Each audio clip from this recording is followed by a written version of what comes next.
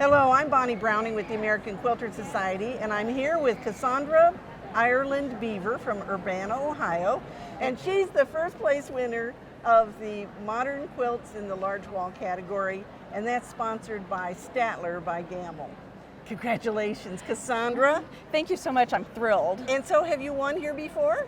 I have never won at Paducah, but I had a second place winner in the whimsical category in Syracuse last year, and that same quilt also won a second place in Des Moines last year. Okay, well now I know, a little birdie told me this isn't the only quilt you have in the show.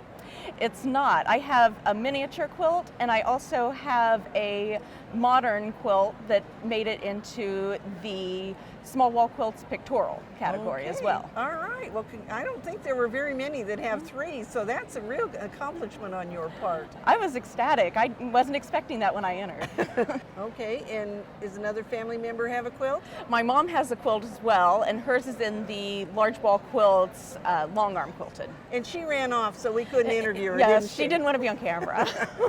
Well, all right, so tell us about what you have in your hand. So this is the mini version of the larger quilt, and I made the mini version first.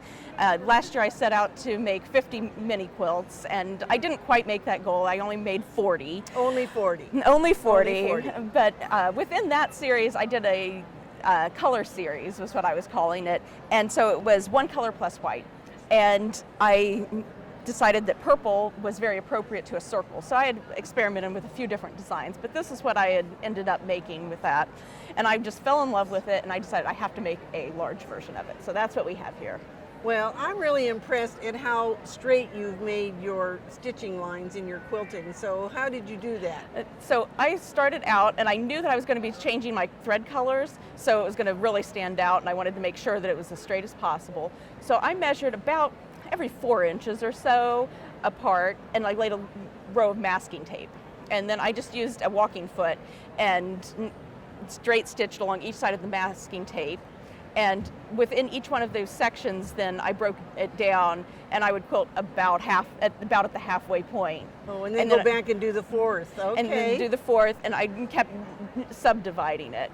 Well, and so that did make it pretty easy then to keep them pretty straight, yes, didn't it? And they were pretty straight. Really, the biggest challenge was because I wanted to change directions here and change thread colors. I didn't want to run the color thread from this section all the way over. So each row of matchstick quilting, the thread was cut, tied, and buried. So I buried probably a few thousand threads on this quilt. You certainly did.